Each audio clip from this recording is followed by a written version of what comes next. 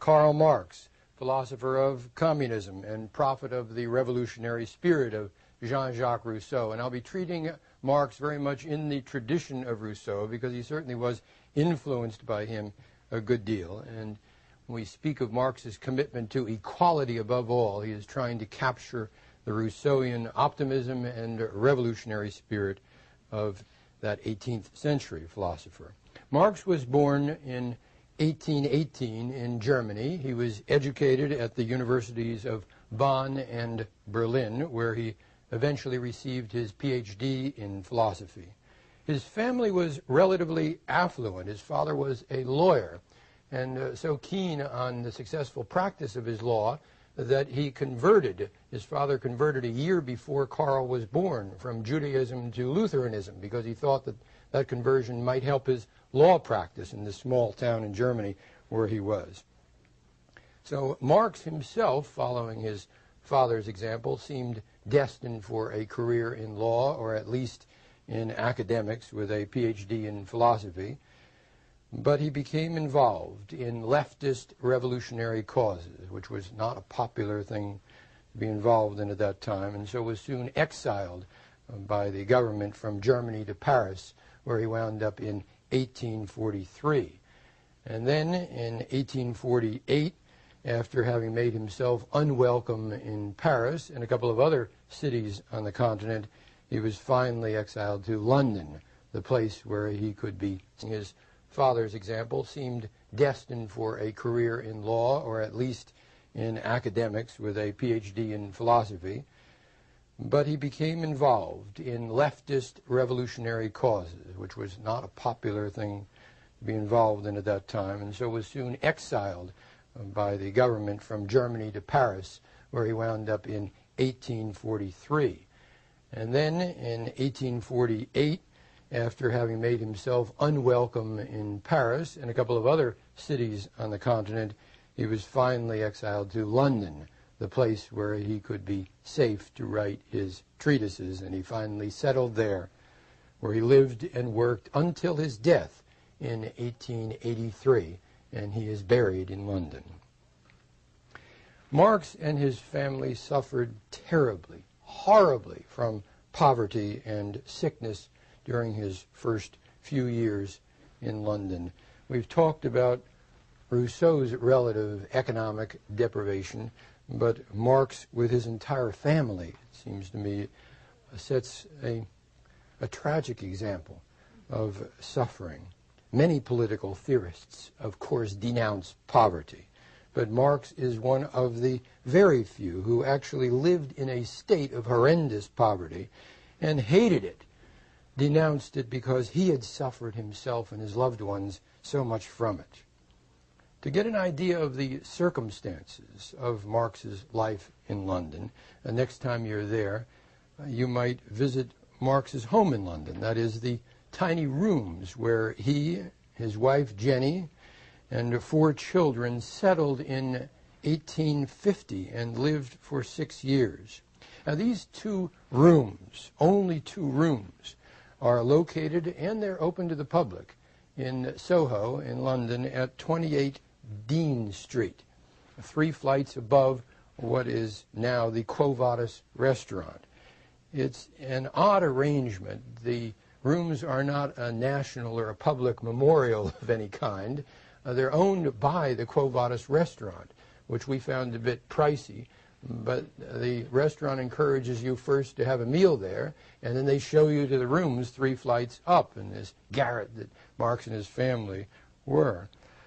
The rooms then still exist there as they did then, and they convey to some extent the reality of how little space this family had, and with some imagination one can, I think, sense the toll taken on them by disease and cold, as what Marx and his wife saw 3 of their children die in London.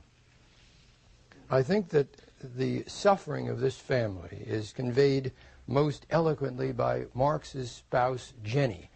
Jenny, whose maiden name was von Westphalen, came from a Gentile family, a well-to-do family, And both sides, Marx's family and Jenny's family, vehemently opposed their relationship, but they married anyway. And Jenny stuck with him bravely, well-educated and eloquent in her diary. She wrote this about their life on Dean Street. In the spring of 1852, Carl wrote his 18th Brumaire, one of his great works, and it was published in New York. He wrote the book in our small Dean Street apartment amidst all of the noise of the children, the turmoil of the household, and above all the pain of the environment. In March, I finished copying out the manuscript. Well, that was one of Jenny's jobs as the spouse of Dostoevsky. Also copied out most of his manuscripts. She finished copying out the 18th Brumaire, and it was sent off. But it didn't appear in print until much later, and when it did, it brought in next to nothing. At Easter 1852, our poor little Francisca, 1 year old, fell ill with severe bronchitis. For 2 days, the poor child wrestled with death. She suffered much until she left us. Her little lifeless body rested in the small back room. We all wandered out into the front room after she died, and when night fell, we made our beds in the floor, and the 3 living children lay with us, and we wept for this little angel who lay cold and lifeless nearby. The death of our beloved child took place at the time of our bitterest poverty. Even our German friends couldn't help us. And so, with anguish in my heart, I ran to a French emigre who lived near us and used to visit us. I begged him for help in our terrible need. And he, good man that he was, at once gave me £2 with the friendliest sympathy, and with the money then I was able to buy the small coffin. And there my poor child now slumbers peacefully. She had no cradle when she came into the world, and for a long time she was refused a last resting place. How we suffered when the coffin was carried away to the graveyard. Obviously, not many women have a chance to express their feelings throughout history of what it meant to live with these great philosophers. But Marx's family, at least, has that memento to express his life in London. And as you try to track down some of Marx's experience in London, don't forget to visit after Dean Street the nearby British Museum, the reading room, and you better go soon because it may not be there all that much longer with the conversion of the British Museum and the new magnificent library created nearby.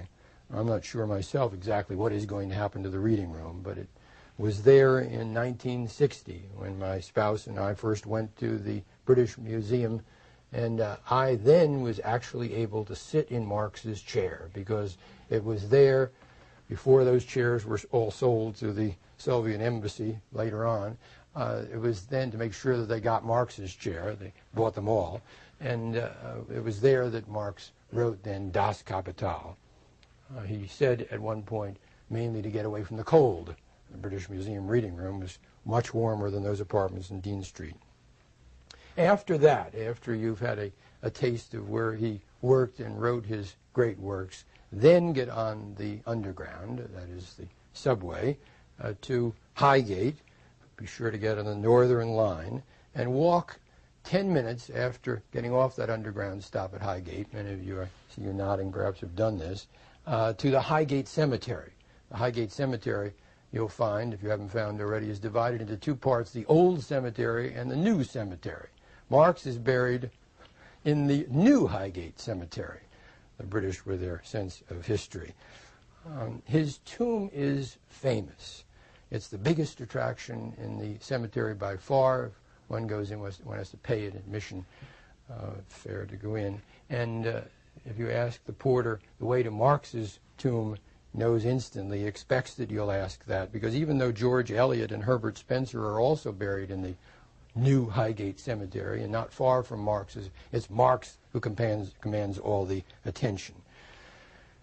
I think this is partly because Marx's grave is marked by a huge granite head of his likeness. And we have films that you may have seen showing this. The British film High Hopes captures the tomb in a brief sequence, but the best one is